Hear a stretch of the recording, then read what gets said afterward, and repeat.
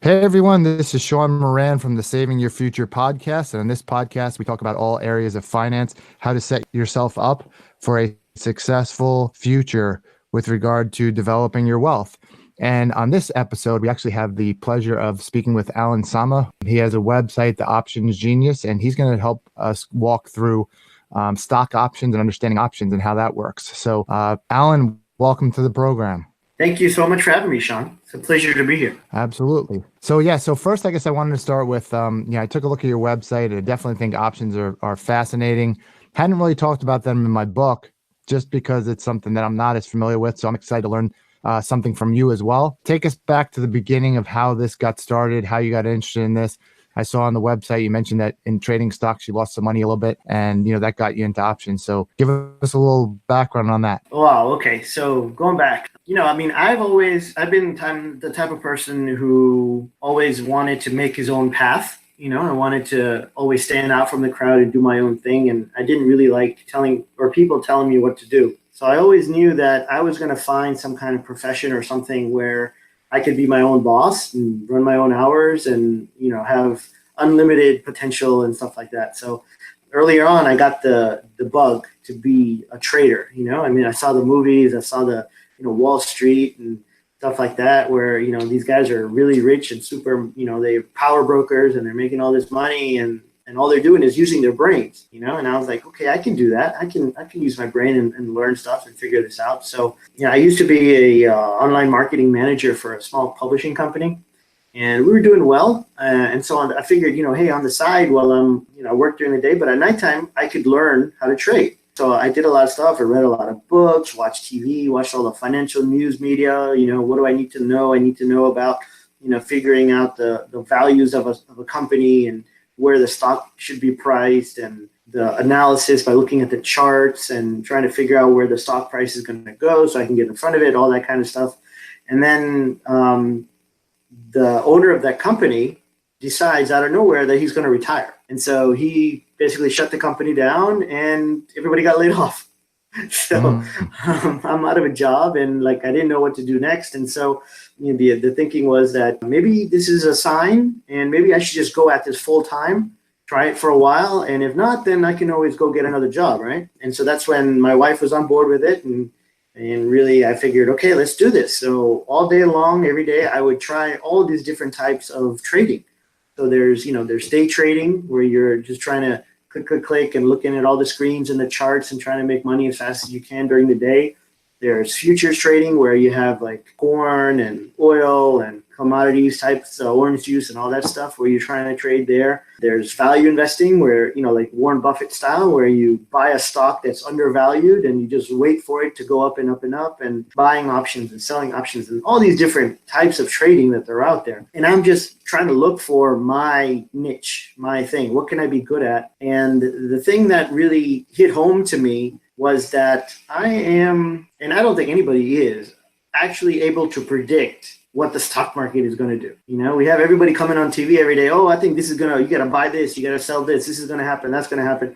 I don't think anybody with any degree of accuracy can actually predict on a regular basis what the stock market is going to do. Otherwise, they'd be so rich that nobody would be anywhere close to them.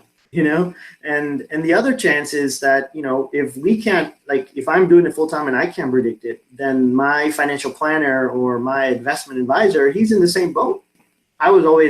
When I first started, that was the thing. You give your money to your advisor or your insurance company and they'll invest it in mutual funds for you. And then you just sit back and relax. But, I saw a lot of people that did that over the years and it just didn't work out for them.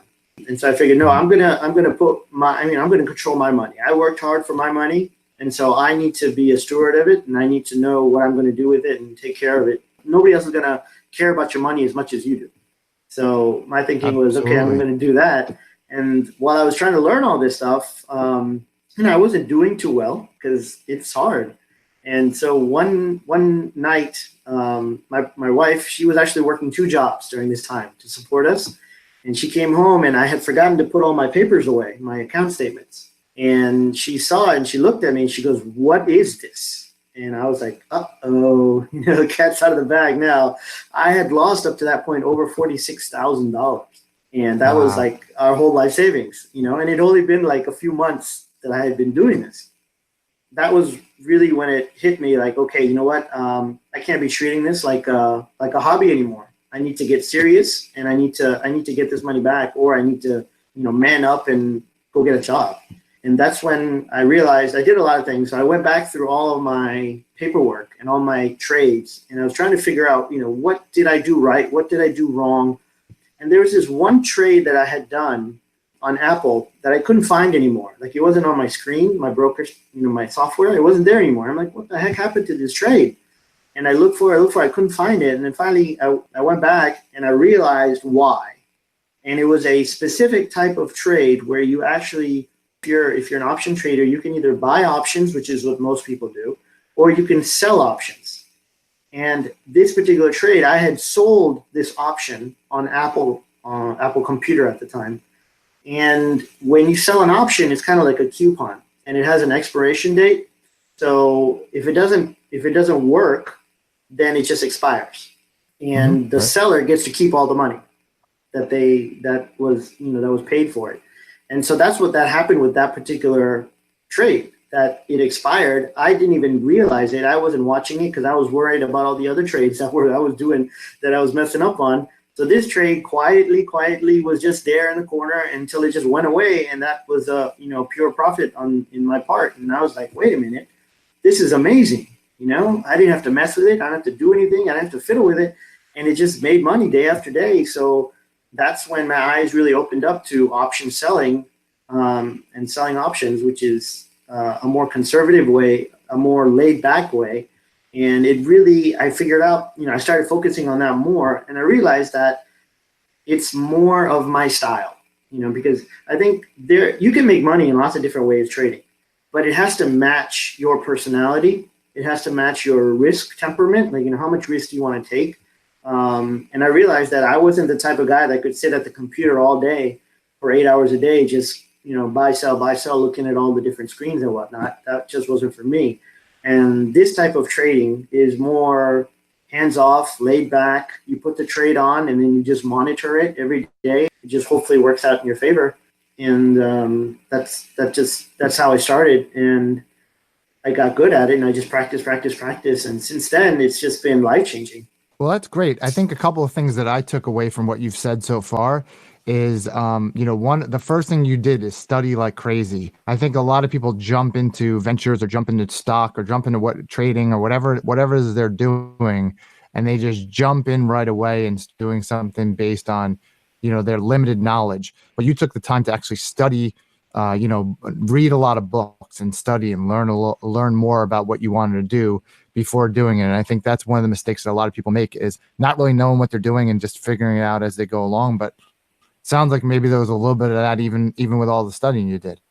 There was. The one thing about it, though, and this is a little bit different than most other industries, that when it comes to trading and finance and all that, everybody has their own opinion. And it's very hard to tell who is actually telling you and teaching you something because they're actually doing it, and not, to sell a book or to sell a seminar. And I had read a lot of books, and I had read taken different courses and watched all these kinds of videos.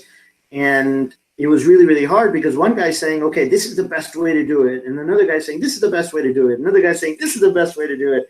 If you do too much of it, then it really gets complicated. And I tell all of our students that, hey, you know what?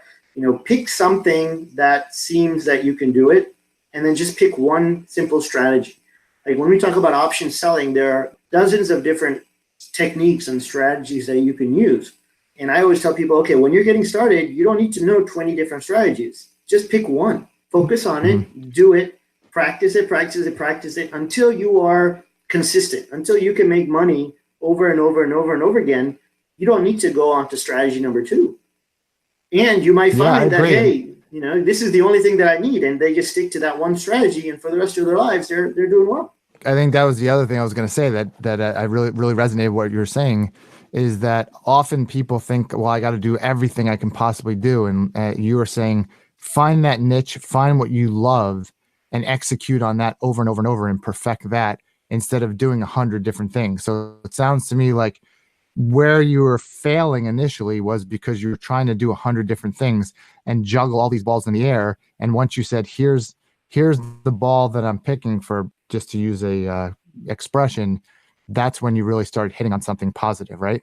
Yeah. Yeah. I mean, that one thing, it just clicked to me. It made sense to me. It was something that I was comfortable with. And that was when I was like, all right, this is something I think I can be good at. You kind of just have a feel like in your gut, like, okay, I think I could do this. This makes sense. This is not so complicated.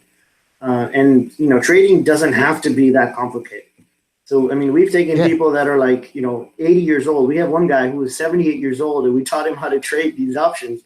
And he was telling me, he's like, man, if I had met you like 20 years earlier, I would have retired 10 years before I did, just because, this stuff, nobody talks about it. And it's eye-opening.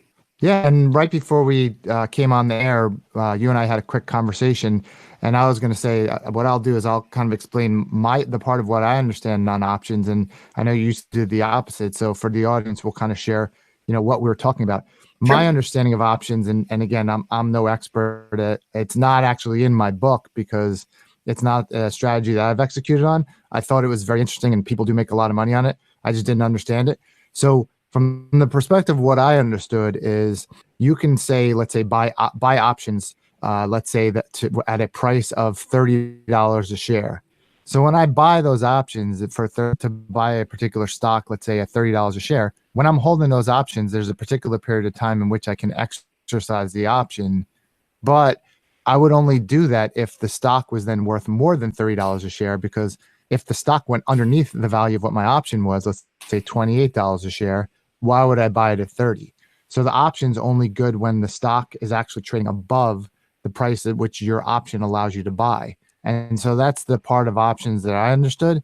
And you're saying that you do just the opposite. So tell us a little bit about what that means and how you lay out what the strategies of what you do. Okay. So yeah, options have been around a long time. And most people have heard about options and they thought, oh man, options are so risky. How do you do that? I would never touch anything like that, because they've heard that most people lose money with options. And it's true. About probably 95% of option traders that are buying options lose money, because what people don't know is that options were created historically as a way to lose money. Seriously, they were created as a insurance policy, pretty much. As a way to hedge on a bet on your stock. And so, take for example, let's say you're a large mutual fund or a large trader, and you have, $1 million worth of Apple shares. And you're thinking, okay, you know what? I want to be in this stock. I don't want to sell my stock, but I want some kind of insurance in case Apple goes down a little bit, or we have a bear market or something of that nature. Maybe they can't sell their shares for whatever reason. So they will go in and they will buy options as a hedge. And so, if let's say Apple is trading at $100, they might buy some 80 puts. So if Apple drops below $80 a share, they will be protected, because every dollar that Apple goes lower, that put option will go up in value. It'll make money for them. Right? So they'll lose money on their stock, but they'll make money on that option. So it'll be protection for them. So they'll be zeroed out. But the hedge fund or the mutual fund, whatever, they don't want that to happen. They don't want their insurance to pay off, because that means that Apple just took a really bad beating, or the market went down, or we're in a bear market, or the economy's down, or whatever. So they actually want their insurance to expire. It's just like when we buy insurance. If we buy a home insurance, we don't ever want to, we pay for it every year, but we never want to go to the insurance company and say, haha, insurance company, you need to pay me money because my house burned down. Woohoo! We don't want that. We never want to have our insurance have to pay us off. So that's the same thing in the stock market. I don't know when it exactly got started, but a lot of people, marketers came out and said, hey, this is a great way to use leverage to make money in the stock market. So instead of buying a whole bunch of shares, I can buy an option instead. And if the stock goes up, the option should go up as well, and I'll make a lot more money than if I bought the stock, because the options are cheaper. That's true, but in order for you to make money when you buy a option, you have to be right on three different things. You have to be right on the direction. So, you have to, if you buy let's say there's two types of options. There's a call option, which makes money if a stock goes up. And then there's the put option that makes money if a stock goes down. So you have to pick one of those. So let's say we buy a call option. Well, we have to be right that the stock is actually going to go up. If it doesn't do anything, or if it goes down, then we lose money as a buyer. Then we also have to know how much it's going to go up. Is it going to go up 1%, 2%, 5%? We have to have a good gauge and figure that out. And then the third one, we have to know by when. All of these options, they have an expiry date, kind of like a coupon. The move has to take place within a certain time frame. And if it doesn't, well, then the option expires. And that kind of what I call it's a bet. It's like a bet. These guys are betting that the stock is going to go up a certain amount by a certain date. If they don't get all three things right, then that option expires and they lose 100% of whatever they paid for that option. And so we, on the other hand, are taking those bets. So like we can go into the market and say, you know what, I want a trade that has a 80% or 85% or 90% statistical probability of making money, of being profitable. I will take that bet from somebody and I'll do it over and over and over again every month whenever I sell the option. Because the options, like you said, you can choose what kind of expiration date you want. You can sell it for a week, you can sell it for 2 weeks, you can sell it for a month. And then if the trade goes against you, then you can say, hey, you know what? I don't like this trade anymore. I'm getting out. Or you can change the trade, which we call adjusting, and then you just play with it and go with that.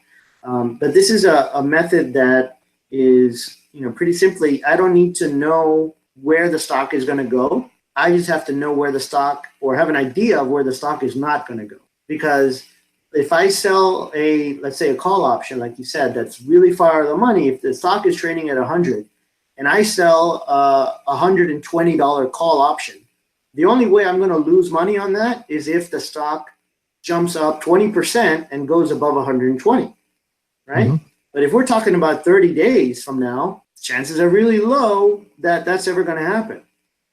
So I'll sell that and I'll make my money. And then when that option expires, I'll look at the stock again and I'll do it again and then do it again and do it again. And so we make money on about 80%, 85% of our trades. And it's a very good, consistent monthly income that you can take out of the stock market. Well, that's great. This is definitely learning for me, because my understanding of options is obviously they were out there in the market. But the options that I've seen, because my background's corporate tax, so what I was seeing is, for example, Morgan Stanley or Johnson & Johnson was issuing to high-level employees, here's some stock options. So, we're going to pay you $200,000 a year, but we're also going to give you certain options. So here are these stock options based on the number of years that you're here for employee retention. And what it would allow you to do is an option for 1,000 shares at $35 a share. So, but generally speaking, it's going to be after you're here for a year or after for 3 years, 5 years, whatever it is, that's when the option would kick in. And then there would be a small window of expiration in which, once the day that it becomes good till the day it expires, you have the ability to cash in. So if I have a $35 option and the stock is trading at 38, I can buy the stock at 35. So really, as you're saying, coupon, $3 off per share, buy those shares, and I could turn around and sell them at the 38, market price when I bought it for 35. And obviously if it's higher and higher, that's even better. So right. That's where I was seeing options. So seeing this other side of it, whereas it's more of a insurance kind of instrument that's created synthetically as well, is interesting. Yeah. I mean, there's for example, there's the most popular entry-level trade, which is called a covered call. And this is something that people can use if they already own stock, So if you own a company stock, for example, or if you have a portfolio that you're already managing, and if you have at least 100 shares, you can sell a call option against that 100 shares. So for example, let's say we have right now, as I speak, the market has been dropping.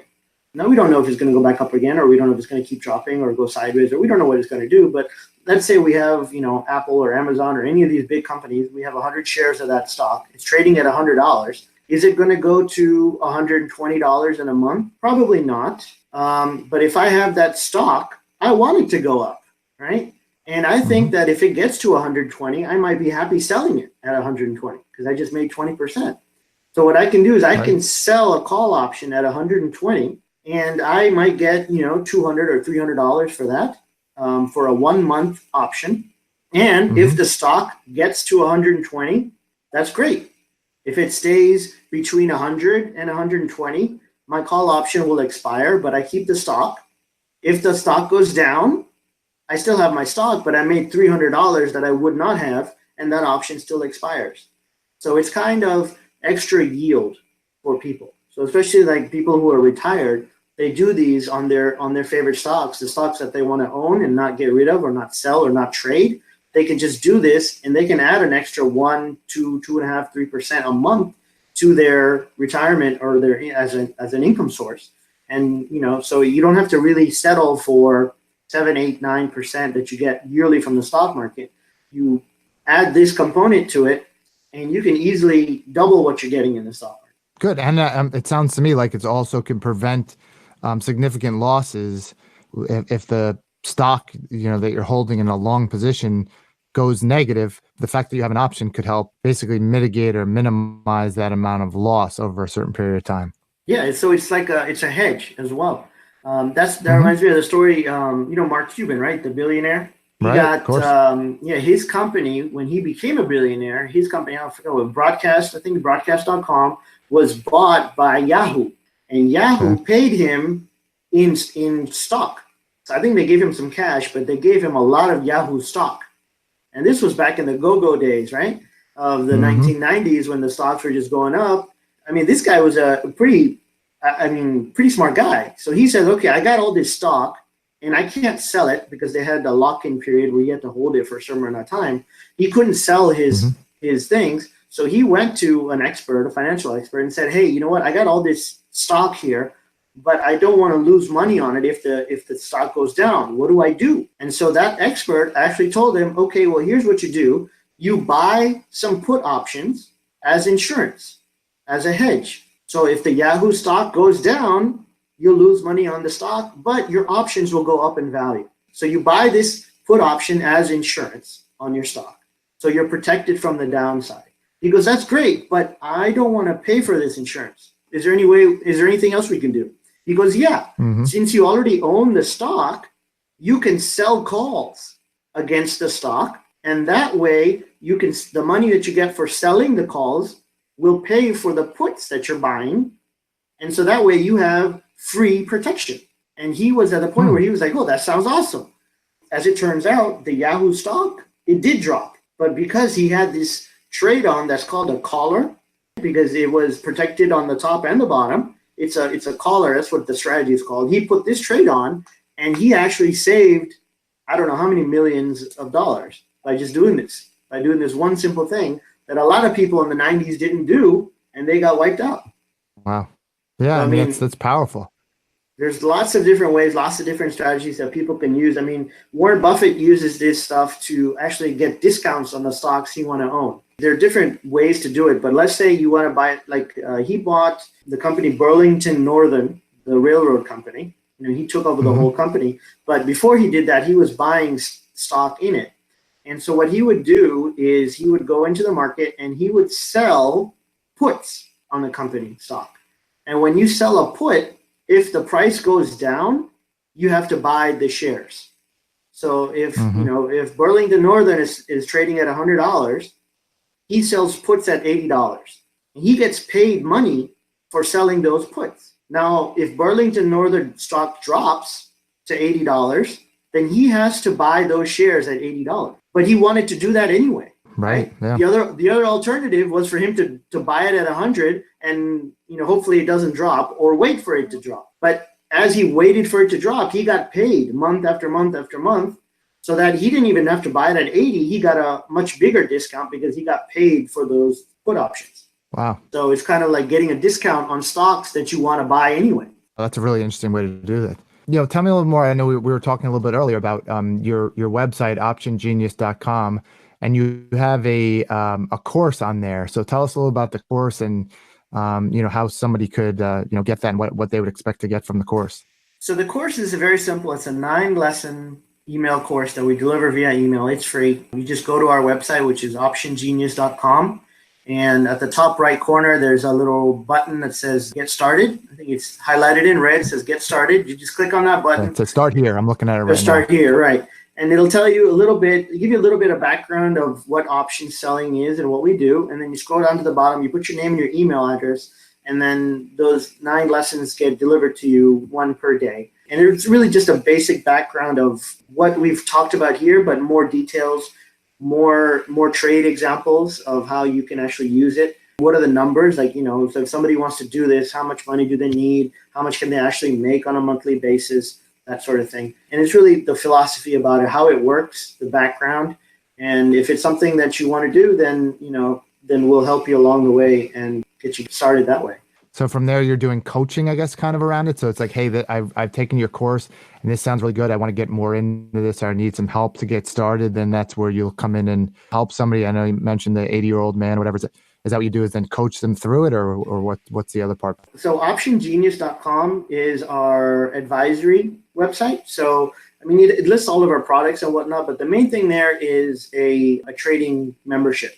If you join, then you get all of my trades. The trades that I'm doing every month, as I do them, I share them with the members of that course. And so depending, if it makes sense to you, if this particular strategy makes sense to you that we do there, then you could join that and you'll get the same exact trade that I'm doing. You'll get to see how I do it, how I think about it, how I get in, how I look for trades. And then if you have any questions, you can always email me. Say, hey, Alan, I don't understand why you chose this stock over this stock, or why did you do this instead of this? And so then I help people that way. And then we also have courses as well. If somebody is like brand new to options, have never traded an option before, we have a course that we just came out with, and it's actually, we're still testing it. And so by testing it, I mean, all the material is there, but I'm actually hand-holding all the people that join and walking them through it one by one, getting on the phone with them, doing one-on-one coaching sessions and saying, okay, do you understand this bit? Yes. Okay. Did you put out a trade? Yes. What happened? Let's look at it. Let's see what you did right. Let's see what you did right or wrong. How do we set up your portfolio? How much money should you be allocating to this kind of stuff? And then just, I mean, this might sound a little bit grandiose, but my real goal is to help 10,000 individual investors achieve financial independence. And so, we've been doing this for, it's going to be 10 years since we started this in February. So our 10-year anniversary is coming up. Thank you. We've helped a lot of people. In the beginning, it was just a way to keep me busy, because the style of trading that we do, it's pretty boring, to be honest. If you were looking for a lot of excitement, then this is not for you. This is more of a, you put the trade on and then you just have to watch it or monitor it, which takes like a couple of minutes a day. And so it is a very boring type of trade.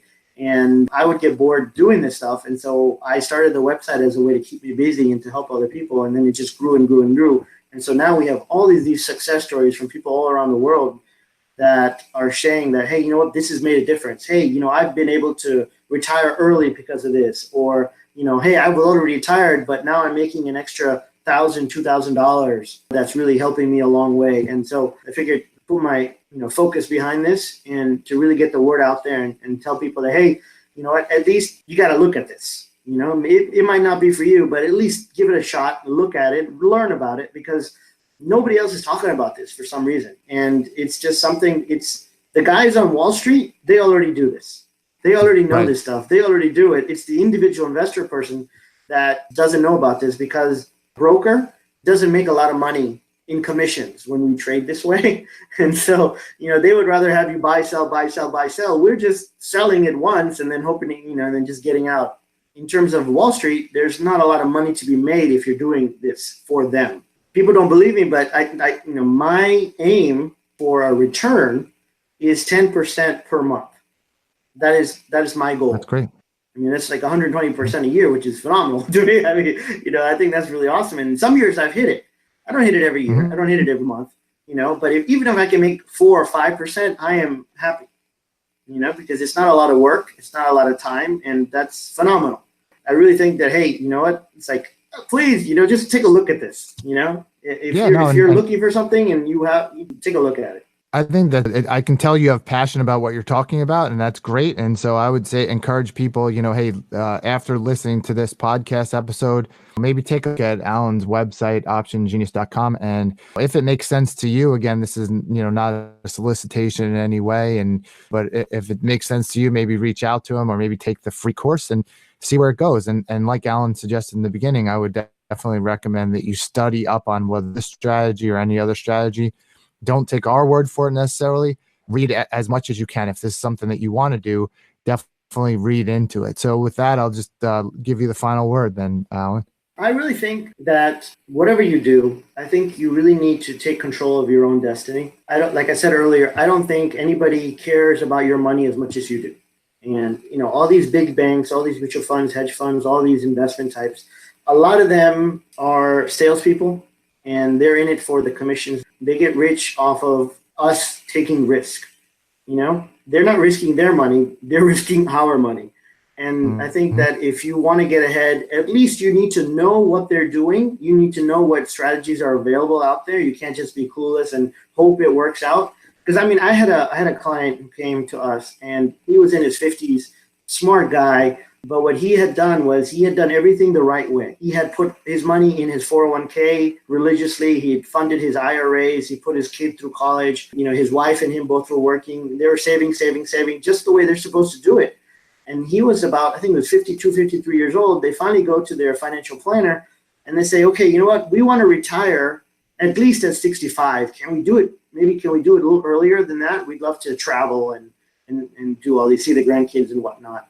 And the financial planner said, sure, let me run some numbers and let's see what we can come up with. And after a few minutes, the guy came back and said, I have some bad news. Not only will you not retire early, but I'm afraid you're going to have to actually work a few years, after 65 because, the investments just didn't work out for you. We had a great recession and we had all this stuff and it just didn't work out. And I'm really sorry, but, we'll get there eventually. Just keep saving and keep plugging at it and you'll get there. And they were devastated. Because they had done everything right, everything that you're supposed to do. He's like, okay, I think I'm going to take control. And so he started looking online, he started reading stuff, and he got to our website. He took one of our courses, and he took to it like a duck to water. And within the first year, he reported to us that he made a yearly return in the first 12 months of 93%. Wow, that's amazing. And he was like, Alan, at one time I wasn't going to retire on time. But now, if I can keep this up, which I think I can, I'm going to retire early and I'm going to make as much from my trading as I do from my job. And so I'll never even have to touch my retirement funds because I'll be able to, even if I retire, even if I quit my job, I can still trade and make the same income that I was making while I was working. And it completely changed his life. And so the thing is that he didn't get it by just sitting around. He actually took action.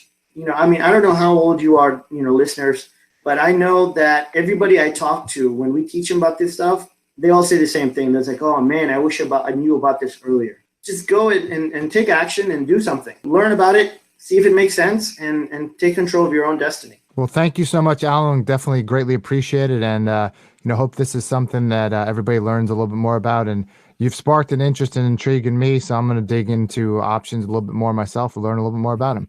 We appreciate it. Thank you so much. Thank you.